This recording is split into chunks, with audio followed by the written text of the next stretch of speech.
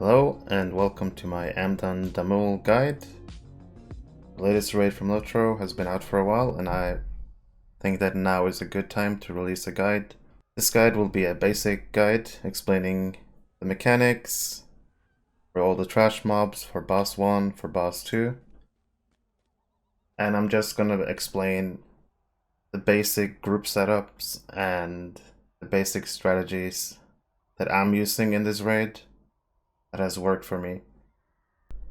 As with any raid, different group setups and different strategies can be applied, but in this video I will try to explain what I find the easiest and the most basic strategy for this raid, and it has worked pretty well for at least me and my raids. And of course, as the case is with any raid, it's expected for people to know how to play their class before entering a raid. If you're playing a DPS class like a champ and you can't pull off really good DPS, then maybe a high tier raid is not for you. The same goes for playing like a healer or support. If you don't know how to maximize the value of your class within a raid, then this is not a guide that will teach you all of that stuff, rather the basic job of every class in this raid. On the screen right now, you see what I think is by far the best setup for this raid, for your raid. You have your Guardian main tank, your yellow cappy, but sometimes red cappy, your dedicated red cappy, Loremaster Berg, Bjorning healer, and mini. And for pure DPS, you have 1 warden, 3 champions, and 1 hunter. Obviously, there's other ways to build for this raid, but in general, for any tier, I would say that this is the best setup that you can go with. Especially if you have an inexperienced group, I would recommend getting this setup for the raid, for sure. I won't be spending too much time on the trash, but I'll just explain briefly what the different mobs do in the trash pulls. The captain buffs nearby allies, increases melee damage, and decreases income. So he should probably be the first thing to kill every time. Defilers, they put diseases, and they also put something that's called Stinging Swarm. It's like a red bee icon. If that gets put on you, you should move away from everyone else. Just big damage AoE. Keep an eye out for that. Archers put some poisons on people that you can pot. Nothing big. The warriors, they debuff your mitigations and they put some bleeds on you. The troll does a big AoE attack now and then. Nothing big if you just debuff him. Trash pulls isn't really too hard in AD. There's also Warg Riders that puts fewer dots on people.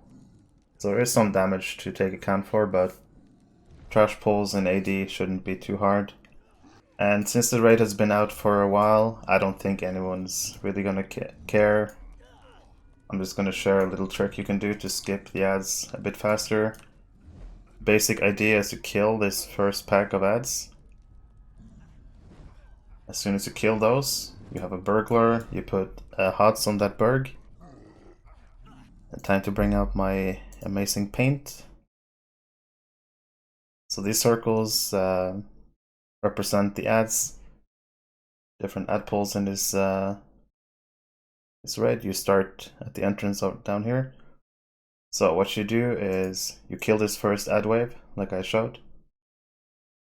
Get rid of them. Then you have your bird go stealth, sneak over here.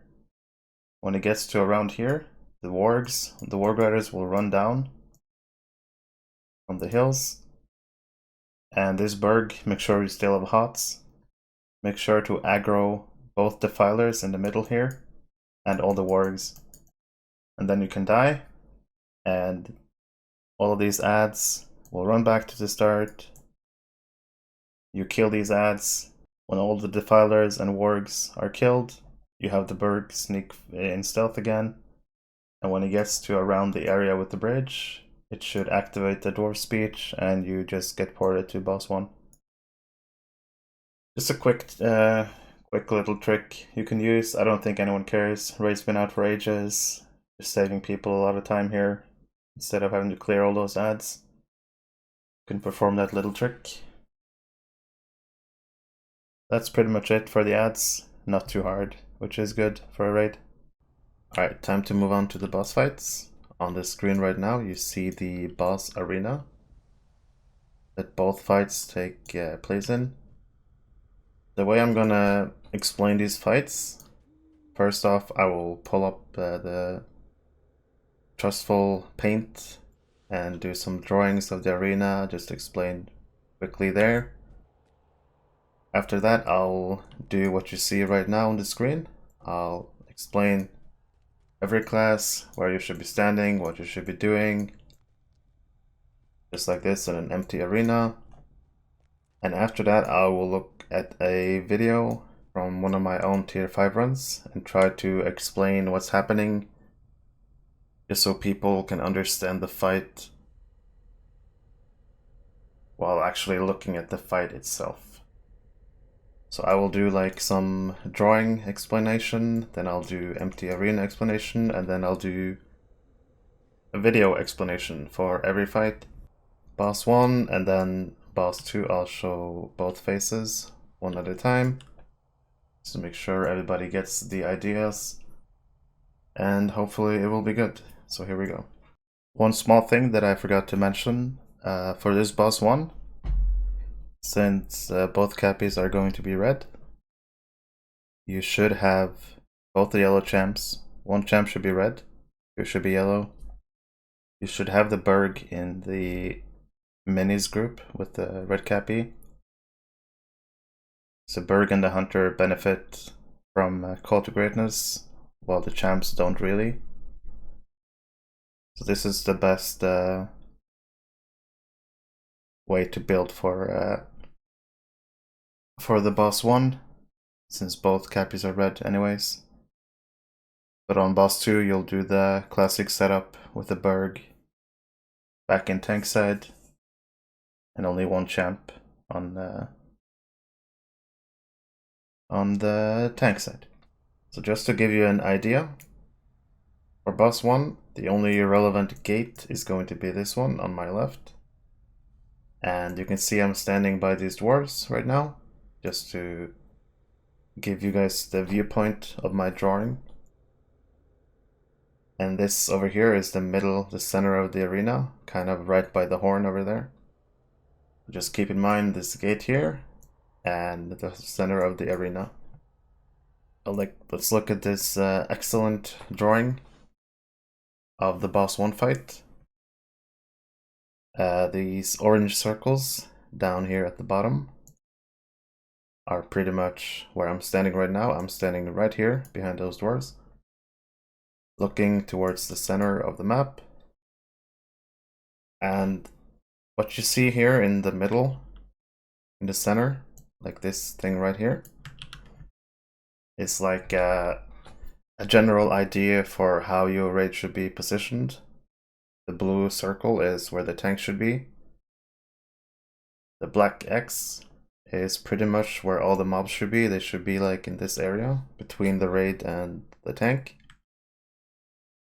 And the raid itself should be behind, preferably the mobs, just hitting everything from behind as a group, as a unit. That's the general idea for this fight. Now looking at the enemies that appear in this raid, you have of course the main boss, the Kill Beast, this guy over here.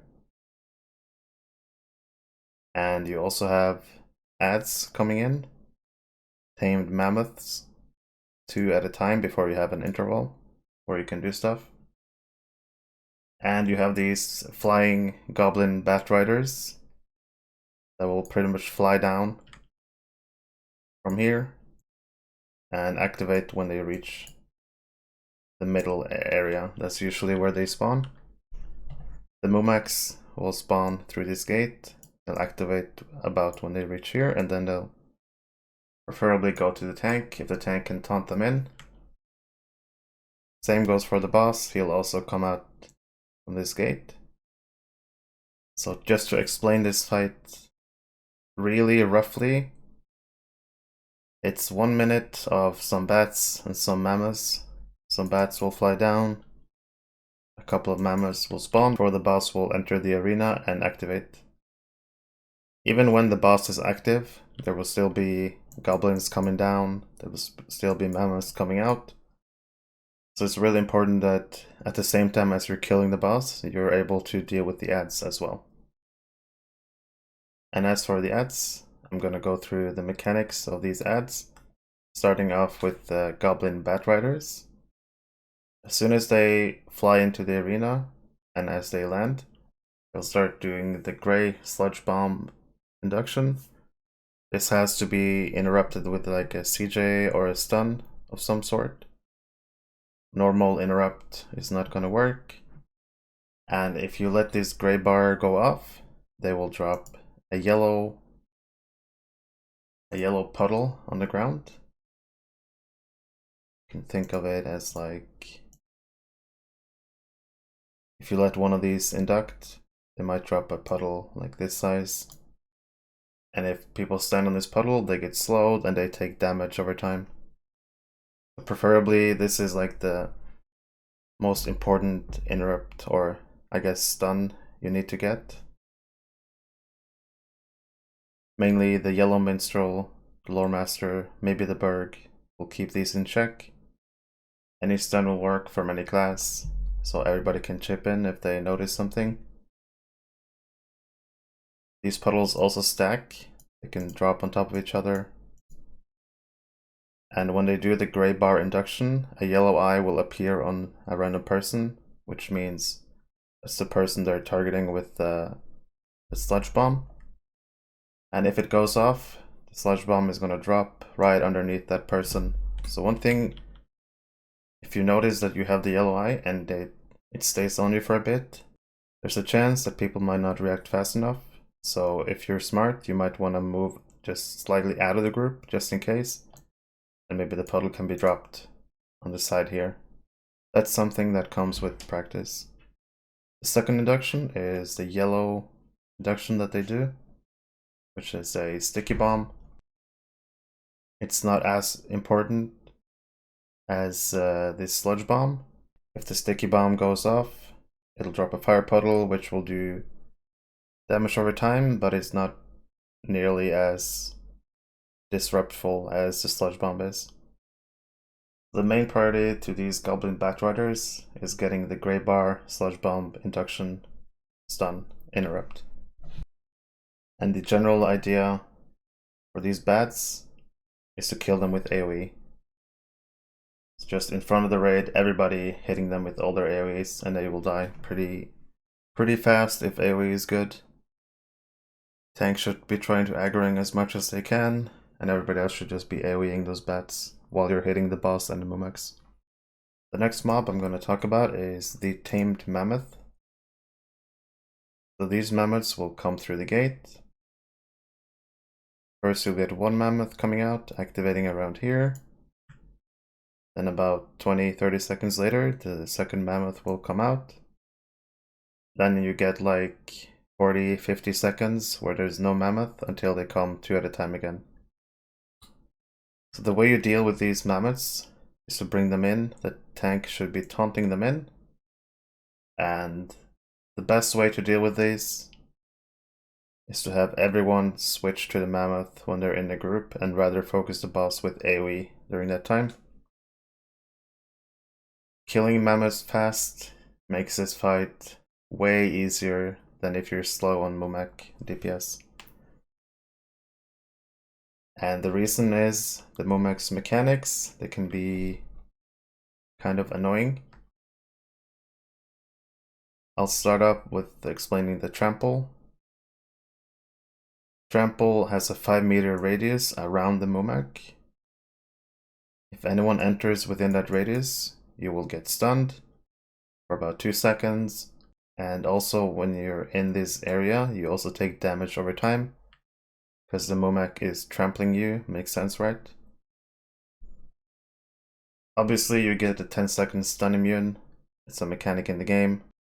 So there's some merit to just running into it, taking the stun, and DPSing for free for like 8 seconds. In this raid, the melee range is really, really big. So you can, on most classes, you can stand outside the circle and still hit the mammoth. But there are some skills, like some champion AoE skills, you need to be a bit closer to hit the mammoth. This is all down to practice, trying out, finding out if you can hit the boss with your skills. That's kind of a reason why the hunter is good to at least have one hunter in his raid to hit the mammoth without getting stunned from range. And then the champions and the warden just need to find their distance, trying to DPS without getting stunned. The trample mechanic is also a reason why the guard should always have SI, not only just to keep aggro with the mammoths, but also to some important aggro exchange mechanics with the main boss. But SI on the tank is very important. That's two of the annoying mechanics of the mammoth. The stun if you get too close, the damage over time if you get too close. And the mammoth, pretty much, it'll activate here. The tank pulls it in. Pretty much as soon as it gets to the group, it'll start doing a poison spear, usually first. This poison spear is a gray bar induction that you can't interrupt. So if you don't kill it fast enough, you're just gonna have to take this mechanic. The mammoth will be looking at a random member in the fellowship, and whoever that person is, they will get a poison called confounding poison. This on tier 3 is different from tier 4. On tier 3, you'll just get a confounding poison that you can pot. It's potable. When you pot it, you'll still take some poison damage over time, but it's not too bad. Can easily be healed through. On tier 4, this mechanic is a bit different. It's the same thing. Mumek will target someone, put the poison on them. But if that person with the poison dies or pots, they will drop a poison puddle underneath them. And the thing about this puddle, if someone walks into this puddle, they will pick up the confounding poison again. That's why it's very important to control where you drop these puddles and not having people with poisons die in the group. If they were to die right in the middle of the group, you'll have a puddle right in the middle of the group, which would be really bad. So the basic idea for these poisons is to either take them over here where no one's going to be, drop them along this wall. It's also possible if you want to go towards the dwarves or towards the north side of the arena. You just don't want them to be behind the group here because of the main boss who does a punt. People can go flying and get this puddle on accident. On tier 4, this confounding poison drops a puddle that you should never have in the group. That's something to think about. And the final mechanic of the mammoth is the pinning spear. This works just as the webs on Shelob. Mumek will look at someone, do a gray bar induction that can't be interrupted. If the pinning spear goes up, it throws a spear and pins someone straight to the ground. They can't move, can't do anything until they're freed. And they get freed by DPSing that pinning spear. It's targetable, you can DPS it and break those people free. This is why it makes sense to kill the mammoths as fast as you can, so you don't have to deal with any pinned or any poisons getting into the group for no reason. Most of the times, especially on higher tiers, you're probably gonna get at least one of these per mammoth. The good thing about the poison spear is that you can also resist the poison dot when it's thrown at you. So having high resist helps a lot with that too. And the final opponent in this boss fight is Bardrook the Killbeast, the main boss of the fight. You kill this guy, the fight is over. That's your main job in this raid, to kill this guy before you enrage. This boss has a few mechanics. I'll talk about them right now. I'll actually start with the thrash mechanic. Happens about every minute or so, maybe shorter. Boss will do a pretty long induction, gray bar induction, which is called thrash. And if the boss is the black X that you see here in the middle, when it does the thrash, when the induction goes off, it does a big AoE hit, 360, unavoidable, in about this big of a radius, so it's possible to run out of the range if you want to run out and not take the damage. But most groups choose to just debuff him, champ taunt, Bjorning, piercing roar, everything. Just maximize the damage debuff during when the thrash goes off. That's probably his biggest, most deadly attack, the thrash. That's also why this is a bloody wound. Blood frenzy mechanic is important to manage, so he doesn't hit too hard with his thrash. The random punt happens, as you can see by the name, randomly. Sometimes right after a thrash, which can be a really deadly combo. The boss can do a thrash and immediately do the punt. The punt is targeting a random person and an AoE hit frontal. Say the boss turned around, targeted this person here. We would do a punt to all of these people, they would all fly backwards. This is why the confounding puddle mechanic on tier 4+, you don't want to have puddles where people might get punted.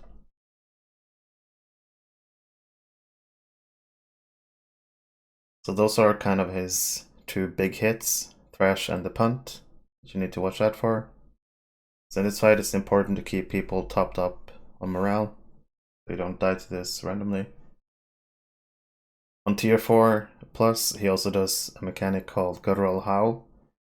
He'll do a Grey Bar induction, and it's another AoE hit, but not nearly as damaging as the thrash.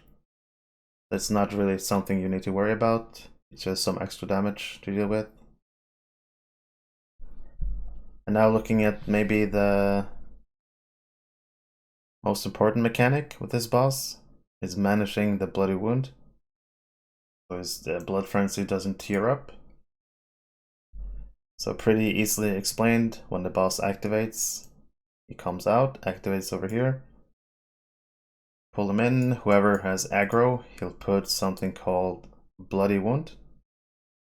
This wound lasts for a minute, and if the boss keeps hitting the person with the bloody wound, he'll tear up his blood frenzy and do way more damage.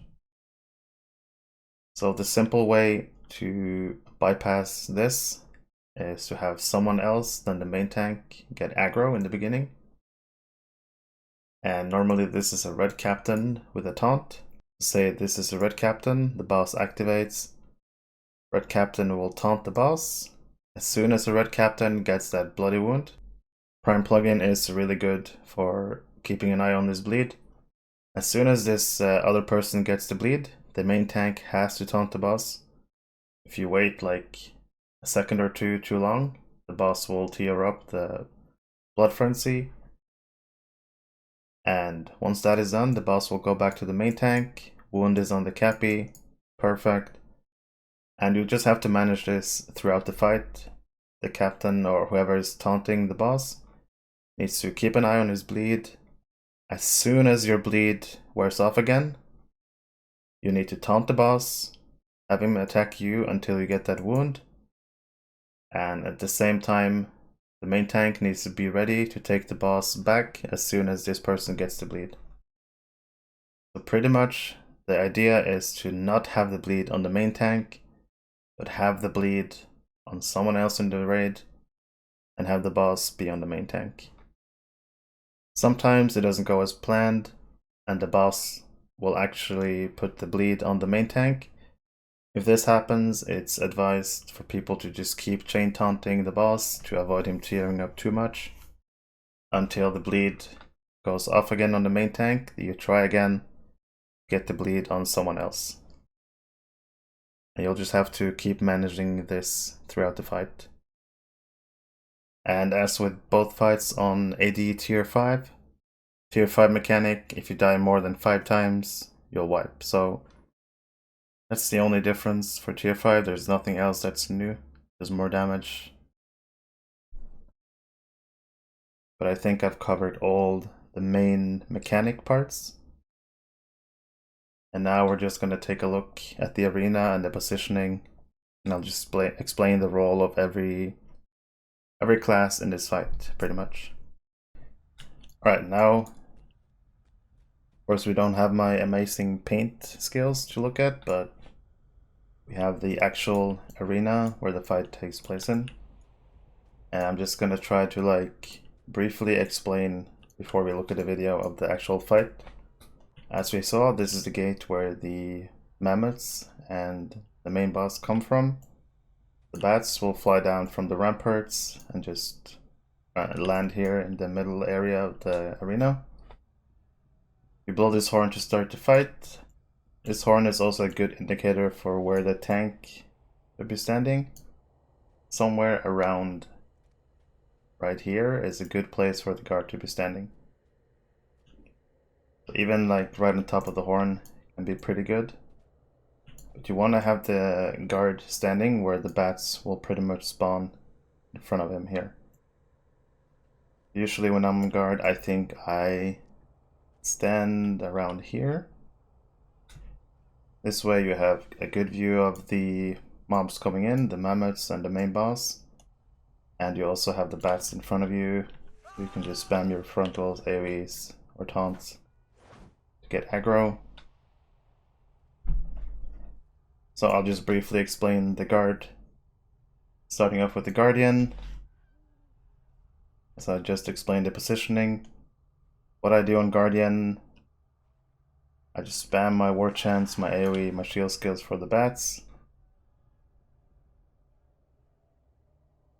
For mammoths that come in, I like just dedicating Frey. Fraying them twice is usually enough per mammoth. For taking the boss off the Cappy tank for the bleed, bloody wound mechanic, I like using challenge. And when the boss does thrash, I like to save engage, just taunt it back just in case, so the champion who taunted for thrash doesn't keep it for like a second or two. That's down to each guardian for themselves. But pretty much as a main tank, you want to be standing in the middle, this positioning, taunting in every mammoth. You want the mammoths to be here, so the group can stand behind here and attack the mammoths without getting stunned. And of course you need to always be ready to take back the boss from whoever's taunting it for the bloody wound. And for this fight you have two red cappies, I would advise. One red cappy should have taunts, grave wound and threatening shout to be able to get that bleed. But these red cappies will pretty much just play a normal red cappy role in the group here. The group should be kind of stacked in this area where the tank will be over here. Every boss, every mammoth should be over here. You can hit them, just AoE everything and max AoE on the bats. That's a red cappy, two red cappies should be rotating red banners. And one of the cappies should always have telling mark on the boss. The other cappy should have revealing on the boss, but when a mammoth spawns, it's a good idea for the other cappy to put telling on the mammoth. Kill it as fast as possible.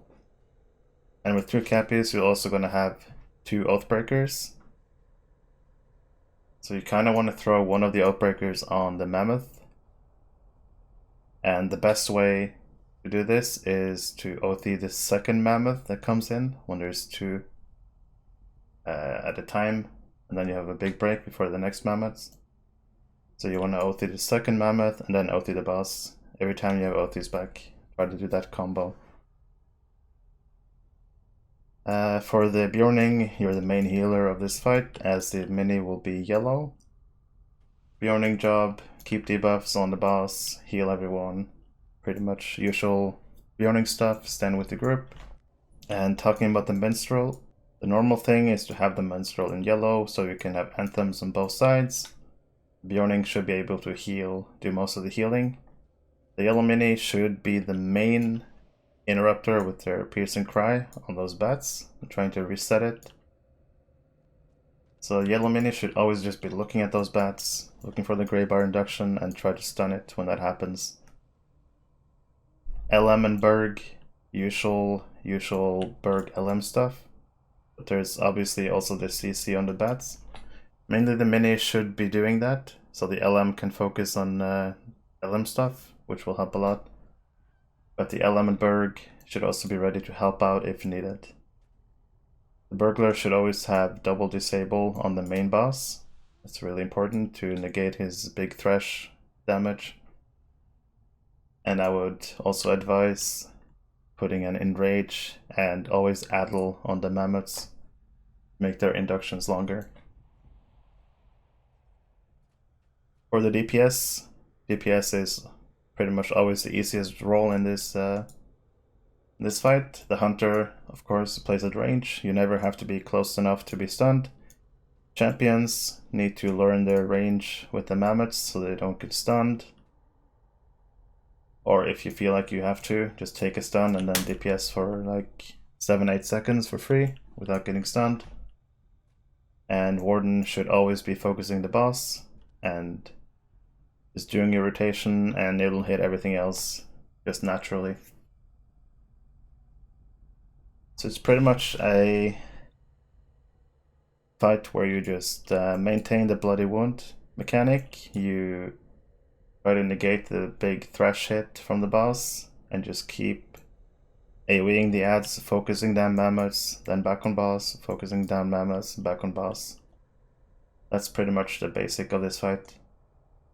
And really important to make the fight easier is for the mini and Berg/LM to get those stuns on the bats.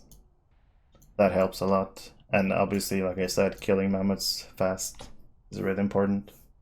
Just to quickly talk about the tier 4 mechanics. The howl from the boss is not something you need to worry about, just a bit of extra damage.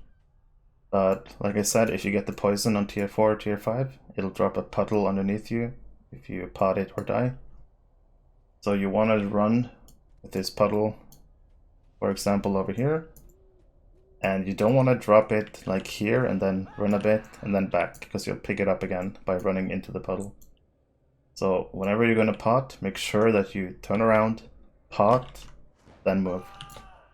The puddle will spawn here and just stay there, and you'll be fine going back to the group. On higher tiers like tier 5, you might need some extra heals. Focus on you if you're coming back with after potting the poison. Another good place to drop those puddles are along these walls over here. And of course for tier 5, if you die more than 5 times, it's an instant wipe. So make sure people have enough morale, enough durability to last throughout the fight. Pretty much, even as a DPS, you should be able to take a big thrash and a random punt right after. That's how big your morale pool should be for high tiers. That's pretty much the fight explained, the mechanics. And finally, I'm just gonna look at a video and comment on stuff that's happening, just to see some of these things actually happening in real action. And finally, for boss 1, I'm gonna take a look at my tier 5 video when I was playing on Guardian. It's a 9-minute duration video. I'm gonna play it at double speed, just so we don't have to sit here for 9 minutes and look at it. We might do some comments, might pause it at some point just to explain the fight thoroughly. So the fight always starts out with some trash mobs, Bat Riders, Momax spawning in the beginning before the boss actually activates. As you can see, we got a pinned in the group here that we're just breaking out. These Bat Riders were AoEing, making sure they don't drop their puddles. You can see the gray bar showing for a second, and then we're getting the stun. Now it's the second mammoth of the pack before the boss comes out. I taunted the mammoth with Frey, like I said. I second Frey it. Now I'm always ready to take back the boss with challenge. I'm waiting for the bleed to appear. As soon as it appears, I taunt the boss. Another Mammoth is in. I taunt that Mammoth in. I said that the first Mammoth was the second one, but this is the second Mammoth. And we're always OThing this Mammoth. This Mammoth has OTs on it. We kill this Mammoth. And I just noticed a mechanic I didn't mention. The Bat Riders will put diseases on people. They do damage over time. If you let them expire, you get feared. So make sure you pot that. You get stunned for a few seconds if you're like a champ or something, but you should definitely pot those because they also do damage over time. As soon as you can, pot those. Like I said, we're OTing this Mammoth. It's doing a spear pin. Someone's getting pinned. I'm pretty sure we break that person free. Like you can see the TA is focusing on it, and then boss is doing thrash right now. Champ taunt, all debuffs. Make sure we take as little damage as we have to, and we're OTing this boss. Gets as much damage as we can on this boss until the next Mammoth. And you can see the random punt just happened. And also you can see the bloody wound being tracked by Prime plugin, really good. So the red Cappy right now with taunts is ready to taunt in about 3 seconds. And I need to be ready to challenge it back, which I am. So the Cappy is having aggro. As soon as I see this wound, I challenge to get it back. And that's how you deal with this mechanic. Just keep doing that. So in theory, it's a pretty basic fight, but there's a lot of stuff to keep track of.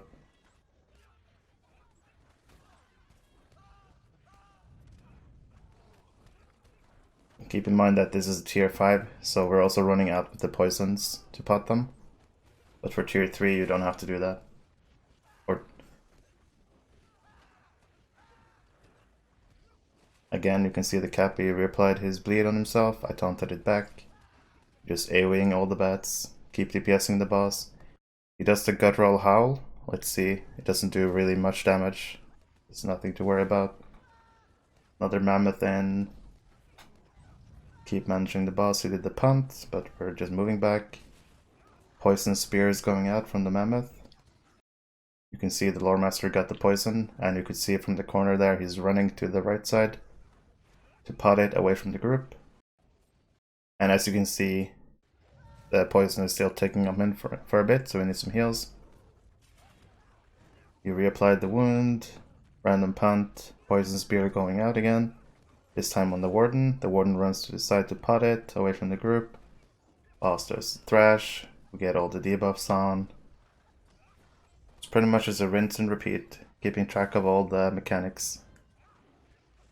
And in about 10 seconds, the Cappy has to taunt again. Now I need to be ready to taunt back. Right now the Cappy's taking it, I taunt back. It's rinse and repeat. AoEing bats, focusing on mammoths, back on boss. Thrash, negate the thrash damage. Heal people up. We just got the thrash and the punt combo, but people have a lot of morale to fight that. Another poison spear going out, this time on the champ. He runs to the side to pot it. There's no problems if everybody knows what they're doing. They get the poison, they know where to drop it. Keep managing the bloody wound.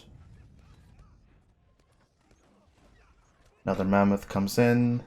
A thrash is happening from the boss. We're taunting in the mammoth. Focusing down the mammoth. Boss did the punt, but just go back in position. Just had our first death of the fight on the hunter. We just rest him and keep going. This is probably the last mammoth we're gonna kill before we focus down the boss. The bloody wound on the main tank, I taunted back. Last mammoth is down. Our hunter died again. Or a scammer. We got, as you can see, the hunter died with the poison in the group. You can see the puddle right here. But luckily this was towards the end of the fight. This is not a big deal, the boss is almost dead. That's something you kind of want to try to avoid, getting a puddle here. Because it makes the fight really hard if that happens early. If this happens like really early in the fight, I would just advise to just reset. So that's not a good thing to have puddle constantly here. Yeah, that's pretty much the gist of the fight. Just keep track of those mechanics. I know it may seem easy, but there's a lot of it's a lot of work that goes into it. People need to know what they're doing. Like, we barely had any puddles drop because our AoE damage is really good and our CC is really good on those bets. But once everybody gets their job done, it's really, really smooth. That's pretty much boss 1. Time to move on to boss 2. Alright, time for boss 2. And boss 2 I'll divide into 2 phases. I'll explain phase 1 fully before going on to phase 2. This is AD, you can see the arena again. The dwarves are down here. This positioning up here is for tier 3. On tier 4 it's better to move the group down. The group should be, instead of being here, it's better for the group to be down here. And have the tanks stand here, boss here, and group behind here. On tier 4 there's a mechanic where you have a bleed. Everybody has a fire bleed, but you can cleanse that bleed by the dwarves. Before going into Gorgor, I'll just explain this tier 4 mechanic. Everybody's gonna get a bleed on them, and let's say every 2 minutes the dwarves will do the come hide to me speech, and they'll get the shields around here. Everybody just needs to run in, cleanse their bleed, and then run back out. That's it. That's why you fight down here, so you don't have to run all the way from here and then back up. Alright, so back to the tier 3 positioning. The boss will spawn around here, but if you wipe and reset, it'll spawn always like where you can see the black X. Blue circle is one tank, green is the other tank. The rest of the group should be behind the boss as usual for a raid. I'll explain the mechanics before I go into like details. There's only one target. There's Gorgar on top of Renulor. We should have 2 tanks.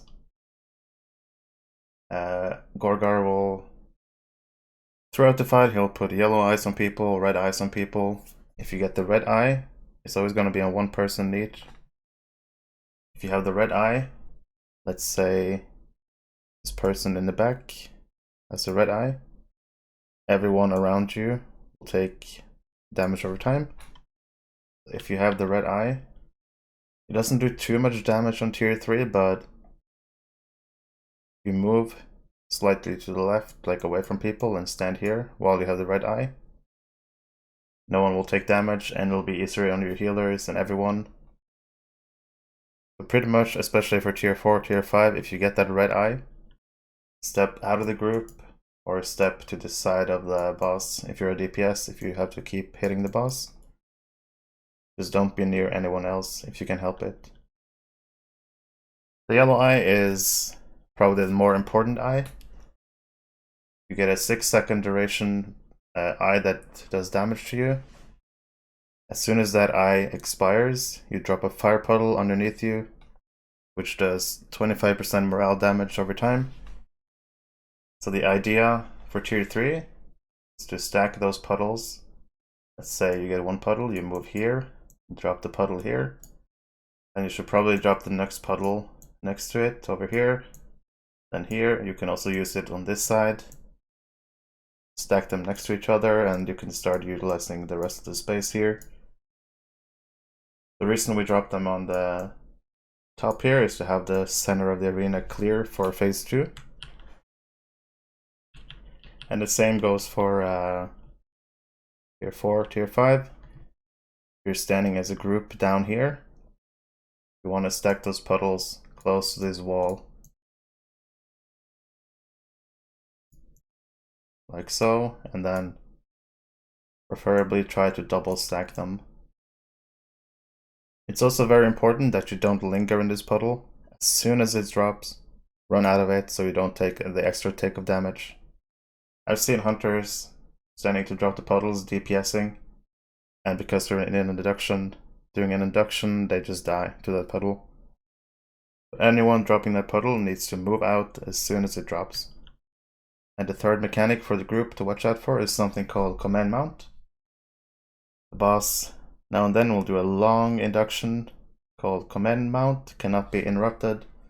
It'll turn and look at the person that is going to charge, do a long induction, and then it's like a 3-second countdown, and then it charges at that person.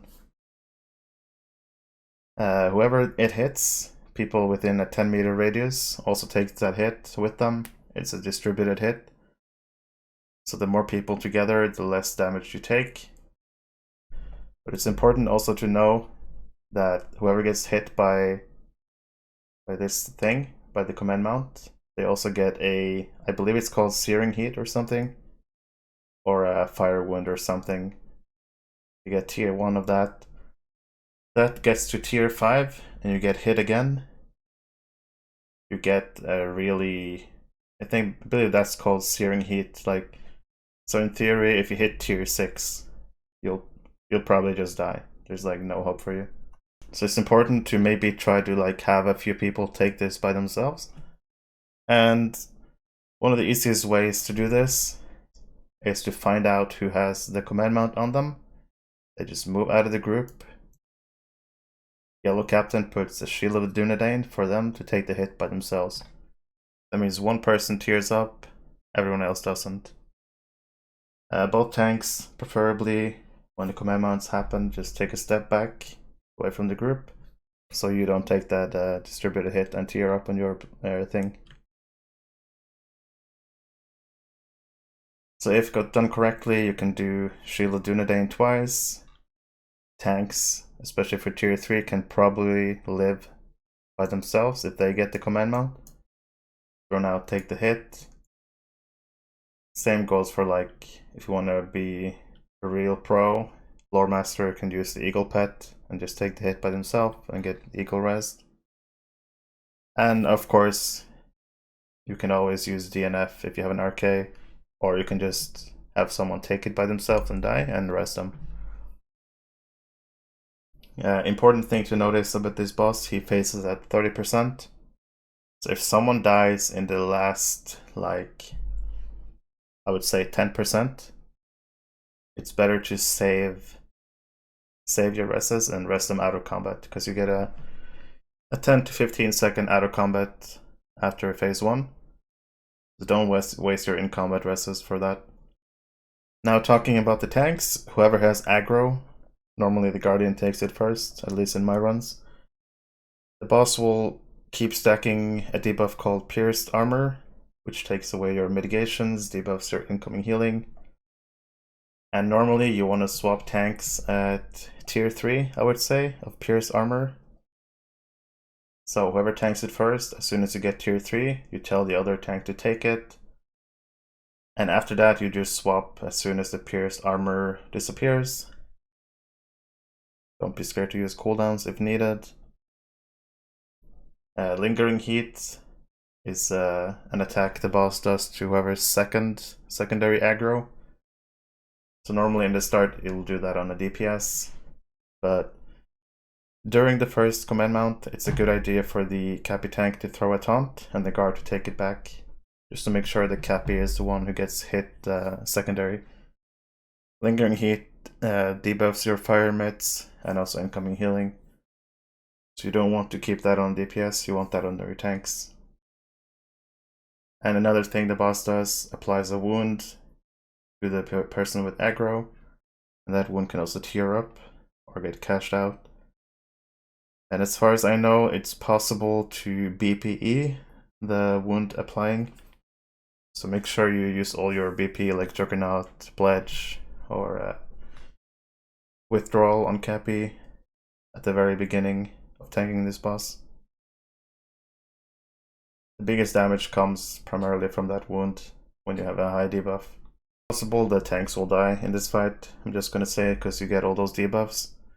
It's really helpful if Lore Master can spam Water Lore on the tanks, helps out a lot to combat the incoming healing debuff that they gets put on them. But that's pretty much it for the tanks. Make sure to swap at tier 3 first, and then as soon as the Pierce is gone. Important to keep in mind that when you reach phase 2, you always need to be wary of if you still have those debuffs.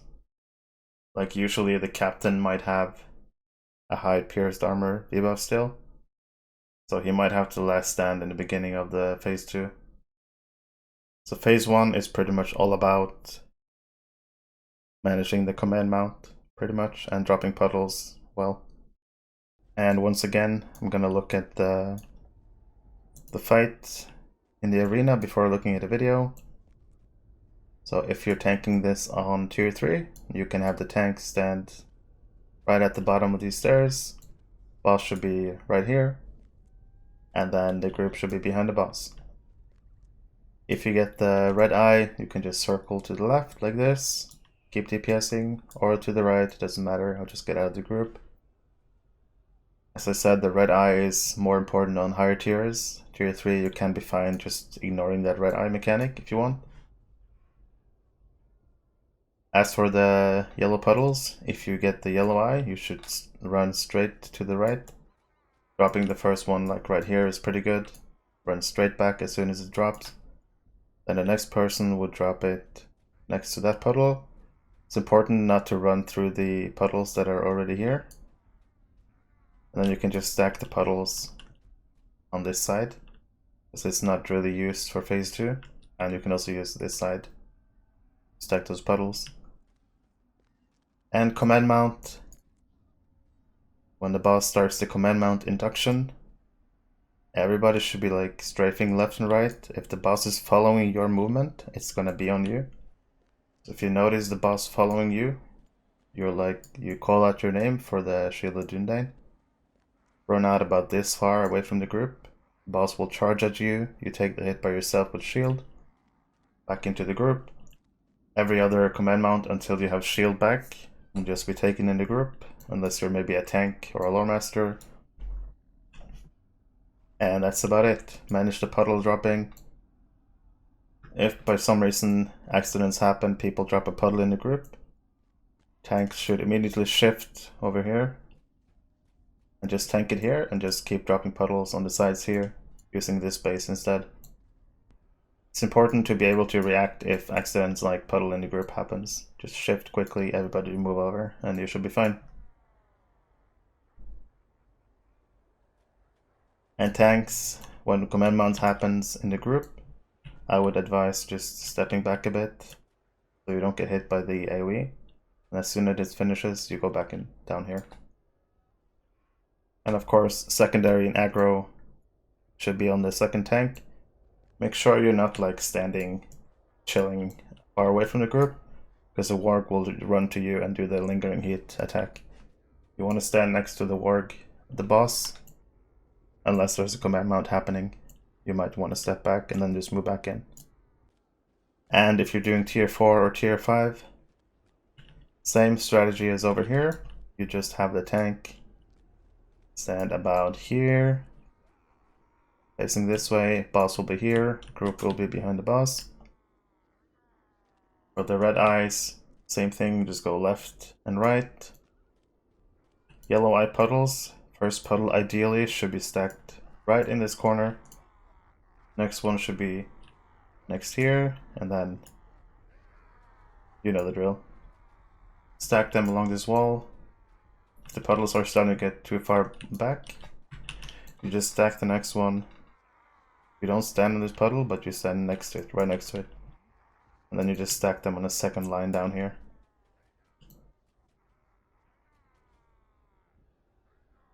And for the tier 4 mechanic with cleanse, as soon as the dwarves call out for the cleanse, simply just take a step into the dwarves and then back in position. That's about it. It's not really hard.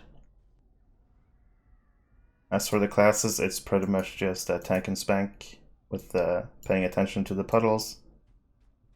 So everyone should know what their class is doing, their class role to maximize stuff. And I think I'm ready to take a look at a video for phase 1 on boss 2. Alright, so time to look at my video from Tier 5, Boss 2, we'll look at Phase 1, since I just explained Phase 1. This is from me playing Guardian. You can see we're positioned back here for Tier 5, Tier 4, because we have to cleanse by the dwarves. If this was a Tier 3, it would just stand by the warg up here, where the boss is. So keep in mind what I said about the first command mount we're going to take with Shield of Dundane. And also when the boss turns around, it usually applies the yellow eye to someone. You can see the yellow eye and the person with the eye move to the left. And the boss is doing the command mount induction. You can see that it's looking at this person in the corner. That means it's going to do the charge on that person, so it was pretty easy for us to figure out who it's on. This person is going to get shield to take the hit by themselves. You can see, like I said, dropping the first puddle in the corner, gets SOD, takes a hit by themselves. Perfect execution of the first command mount. Now it's all about healing, managing the eyes. Command mount we're just taking in the group now until we get shield back. You can see. Just managing those eyes, dropping the puddles. And I believe I just hit tier 3, so I told the captain to take the aggro. Command mount as a tank, I don't want to take the hit, so I move out of the group. So it's all about managing puddles at this point. The javelin is what it's the yellow eye. You want to run and drop the puddle. Once again, prime plugin, beautiful for this. And it also tells you now to cleanse, which is called hide. I believe my wound here will disappear as soon as I run into the dwarves. We'll see it now. And it's gone. Everybody cleanses, gets rid of the extra damage. Command mount, we're still taking it in group. I'm watching my pierced armor for when I can take it back. I still have 20 seconds on it. You can see here, perfect red eye, the volleys, moving to the side away from everyone else, so we don't take unnecessary damage. As you can see, how we're dropping puddles on the side and then starting on the second row. And for this one, I believe, oh, we didn't have shield back yet. We're probably gonna use shield on the next person. Our Lore Master died. It's gonna happen. People will die sometimes when dropping puddles and etc. At this command mount, we figured out who it's on. And this person should get a shield. As they did, take the hit by themselves and keep going. Another cleanse, just run and cleanse. Boss will face at 30%. One more command mount. You just take in the group. Boss faces at 30% and you get out of combat for about 15 seconds. It's important to keep in mind there's one annoying thing about this part that you're out of combat. You get put into combat for 1 second in a little bit. Just turn down the speed again. You see it here, we're out of combat. And for a split second now, right there, we're in combat. But after that happens, you'll be out of combat for like 10 seconds at least. So right now is a good time to switch traits. The yellow mini should switch. I may have forgotten to mention, the mini is usually yellow for phase 1 here. Just for the extra damage, and anthems on both sides. Cult greatness, all that stuff. And then on phase 2, the mini normally goes to blue. Because we need more heals on phase 2. That's pretty much phase 1, managing puddles, managing command mount. And if you do that correctly, then you should be fine. Alright, so on to phase 2. Phase 2 is one boss, Randular, is no longer Gorgar. Randular himself puts a shadow mitigation debuff on whoever's tanking it has aggro. So this is why it's important to have 2 tanks, because those warg ads do shadow damage. So you want 1 tank to have the boss, 1 tank to have the ads. That's why it's really important that the guard never gets the shadow mid debuff, because he's tanking all those shadow wargs that can spawn. Granular will also do something called Flame Thrash, similar to Boss 1 Thrash. It'll do a short induction, gray induction, and an AoE hit to nearby people. Just make sure you have lores. On higher tiers, you should have double disable. And make sure the Addle tactical damage reduction is always on the boss, and you should be fine for this. The other big mechanic is a long induction called Scorching Flames. That's when you need to run and hide by the dwarves, so you don't get one shot by the Scorching Flame hit. Other than that, there's no real mechanics to him. He doesn't do much damage. Usually the Guardian, the ad tank, will take most of the damage. The Warg ads themselves puts a potable wound, a clinging shadow, on the target. It reduces your run speed, but it should be easy to manage, especially for a guard. The other thing they do is a frontal 180, like a shadow breath that they do, which puts a clinging darkness dot. So usually if the guard doesn't faces the ads away from the group, they should get both of the dots only on themselves. You need to be careful so you don't frontal people with that dot, because if that gets into the group, it can hurt a lot and people will probably die. On tier 4, I'll get more into that later. Tier 4, whenever the boss does a flame thrash, there'll be a flame tornado spawning on top of the boss, which will follow people around. And those tornadoes also drop puddles on the ground. And also on tier 4, tier 5, there's corruptions on the boss and on the ads that you have to keep removing, or they will do more damage. And obviously tier 5 mechanic as usual, if you die more than 5 times, this includes phase 1 and phase 2 together. If you die more than 5 times, it's an instant wipe. So the fight itself starts with Granular here. I'm just going to explain the basic strategy that we apply when we do these runs. We always start by bringing Granular down here, tanking him here, Cappy tank, and the group behind. Normally the boss will summon Warg ads before the first Scorching Flame. Warg ads, when they get summoned, will either come from gate 1, 2 wargs, from gate 2, gate 3, or gate 4. And they'll never come from the same gate twice in a row. So if you had the last wave from number 1, they're not going to come from number 1. It's either going to be 2, 3, or 4. So the Guardian's job is to pick up those wargs so they don't get into the group, keep aggro, and position them, make sure they don't frontal anyone. So the main idea is for the warg to pick up the ads. Obviously when scorching happens, everybody needs to hide. The main idea is to give the Guardian this space on our right here, this side, to position the wargs. So preferably as a Guardian, you want to bring the wargs in, pick them up, bring them in like this, and then just turn them this way. So you'll be standing here, wargs will be here, and the group obviously is on this side. And I would recommend, whenever the boss is scorching, that people focus the wargs, but make sure you let the guard bring them in first, then move to them and focus them. It's recommended that everybody stays on the boss until scorching happens. When scorching happens, you run and hide. When the guard gets in with the wargs, you attack the wargs. The warden, of course, will stay on the boss full time. The burst classes should switch to wargs.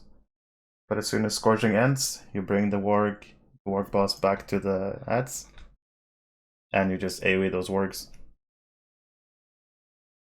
If your AoE isn't good enough, it's possible you might have to focus those wargs a bit, but that's down to everyone to decide in their own runs. Prime plugin is really good, shows you when the next ads are gonna come, or when the next scorching is gonna come, so you can kind of like try to time this. If you see that the wargs are still high health and you have like 10 seconds for new ads, it might be a good idea to swap to those wargs. In our runs, we always have the Cappy tank position the boss according to the guard. So after every scorching, it's the Cappy's job to bring the boss to the guard, so you can AoE everything but focus on the boss. And let's say these wargs get killed, and let's say you get new ads. Let's say they come from door 2, the guard will run, pick them up in the middle area, position them so he's on this side, and the group Cappy tank, I would advise bring the boss like this, run straight through the wargs sideways, and just leave the boss on top of the wargs. AoE everything. How you position is down to each group, but make sure that the warg boss is always right next to the ad so everybody can target them with AoE. And when there's like 8 seconds before the next scorching, Cappy tank should just move the boss back to this position over here. After scorching, there will be a fire puddle where the scorching happened. The idea is to just stack all those puddles here so we don't do too much harm. Everybody should be following the boss at all times. If the warg is still alive, the guard will circle like this, back into the wargs here, position them. When scorching happens, the group goes in here and focus on wargs if they're still alive. If not, you just keep hitting the boss. Rinse and repeat. The guard picks up new ads, maybe from 4, keeps them in the middle. Cappy tank brings them so you can AoE. Before scorching, you move again. Guard brings the wargs under. It's pretty much a triangle. Scorching happens here, and then you bring the boss and wargs together here. For tier 4, tier 5, there's going to be tornadoes. You might want to move a bit further even out here. Then next wargs, move here. Scorching, you move here. Just keep moving in a triangle. But I'll try to explain those tornadoes. It's not 100% sure, but it appears after Flame Thrash, the tornado will spawn. Whoever does like burst healing at that time, so in a way gets heal aggro. Tornado seems to be following them around. Best case scenario, you get this on the Minstrel. But usually if the tanking Cappy is healing a lot, it's going to go on the tanking Cappy. That's why in higher tiers, I would advise not for the yellow Cappy to heal, and he should never get those tornadoes on him. Usually they seem to go for the mini bear or the red Cappy in some cases. So let's say you're still doing the triangle strat. If you notice that you have a puddle, or not a puddle, a flame tornado following you, you want to be kind of moving outside the group. If the guard is tanking wargs here, if you're the mini or the bear and you have a tornado on you, you kind of want to move like slightly outside the group like this. And then when scorching happens, the group will go to scorching, the guard will bring the ads under, then you just run back. And the tornadoes should always be following you like this, away from everyone else. And when scorching happens, preferably they're all the way here, and will take forever to reach the group. The tornado thing is kind of tricky. It's something that needs a lot of practice before you get it down. One more thing to keep in mind on tier 4, tier 5. There might be a lot of small puddles in this area. Keep in mind that you can hide in all of this area pretty much. As long as you have the shield icon, you're safe. It might be a good idea for squishers to stand as far as they can towards the wall, so you don't take that much damage. That's the base of the strat that I can explain in Paint. Let's take a look at the arena, just to try to explain the triangle that we move in. And the Cappy tank will always tank the boss about here in the beginning. Boss should be around here when he does scorching. Group will be behind him, he does scorching, everybody hides. A good idea is for everyone to stand on the further most dwarf to the right. Give the guardian a lot of space to bring those ads in. And keep in mind on tier 4, tier 5, those wargs might kind of stop and do a howl out of nowhere before they come in. So it's really important to pay attention that you don't ever move ahead of those wargs in front of them. Even when the guard is moving after scorching, it's moving to this position, then the wargs might still stop here and do a howl. It's important that DPS keep an eye on that and don't move beyond those wargs. But pretty much, yeah, if you're the Cappy tank, you want to keep the boss here. And then, of course, you go and hide for Scorching. As soon as Scorching ends, you want to position the boss to AoE these ads. And you want to kind of move with the ads. If you all move over here, you make sure you move with those ads. And you kind of just keep the boss here while the guard goes out and picks up new ads. When he has those ads in the center of the arena, you move to him. Like I said, preferably through those ads sideways.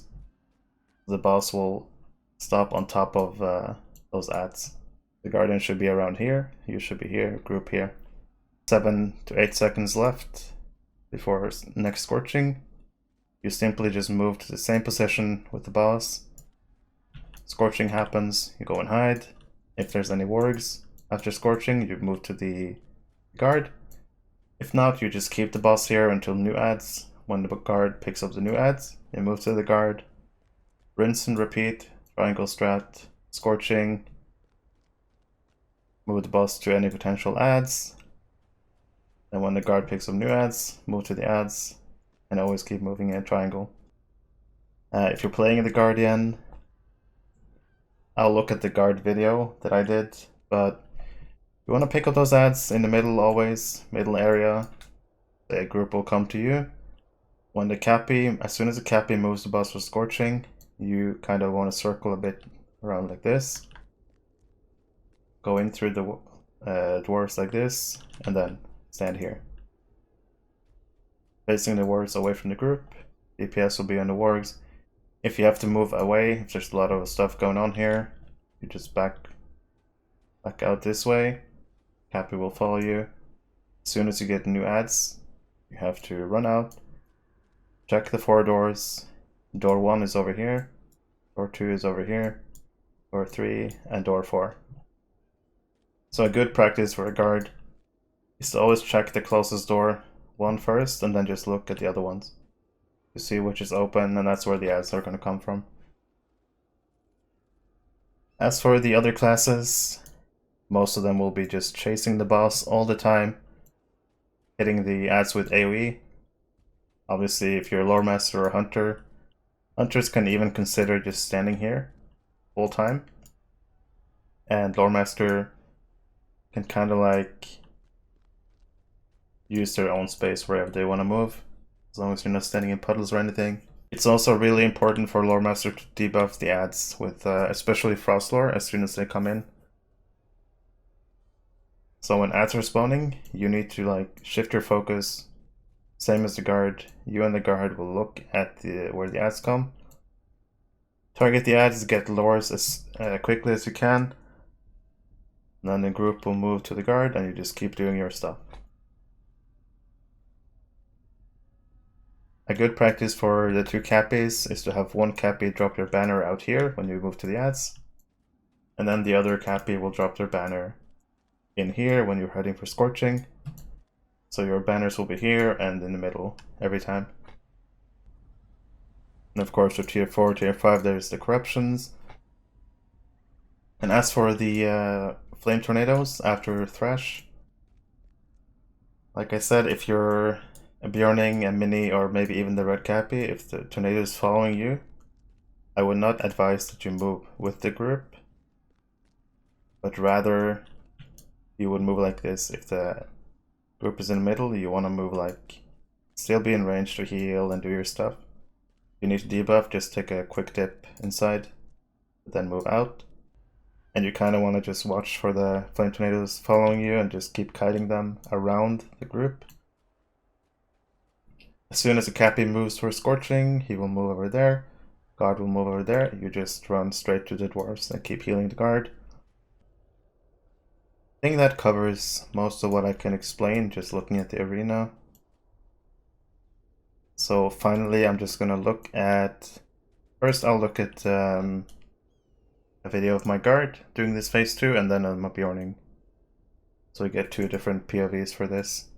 I'll start off watching the phase 2 on my guard. As usual, double speed. The Cappy wants to tank this boss, and you're tanking the ads. We'll just keep an eye on this. I'm of course awaiting the first ads right now.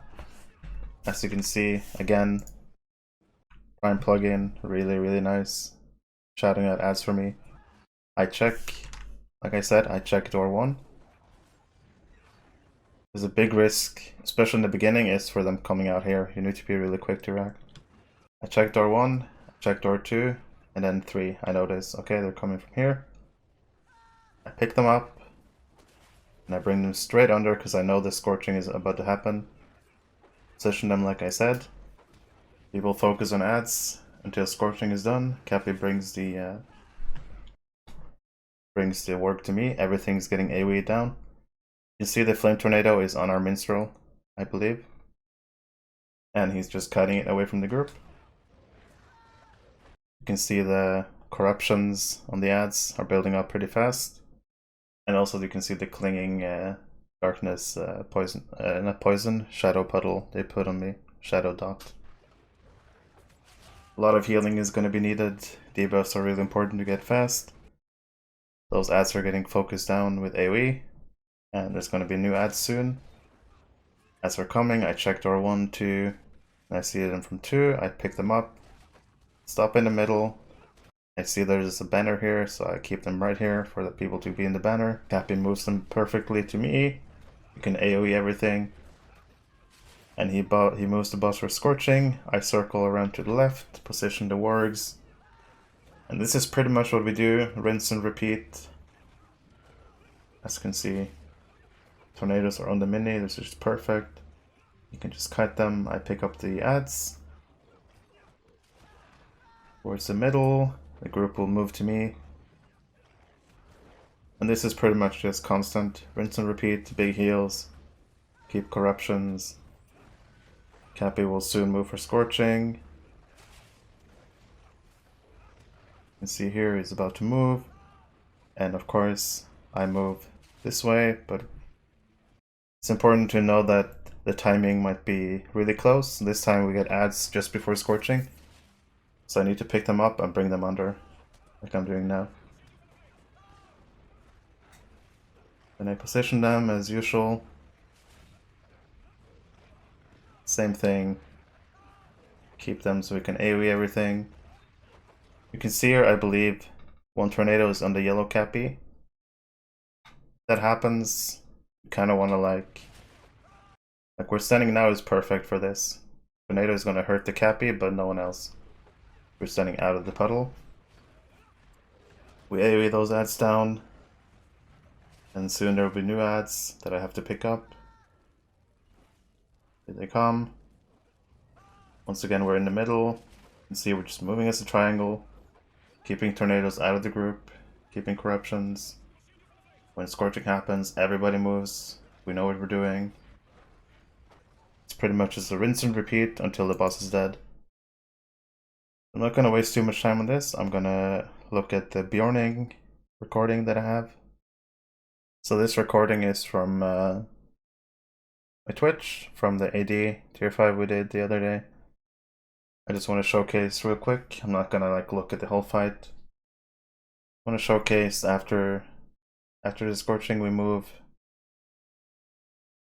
And I believe I had a puddle that was on me. You can see my movement right here now.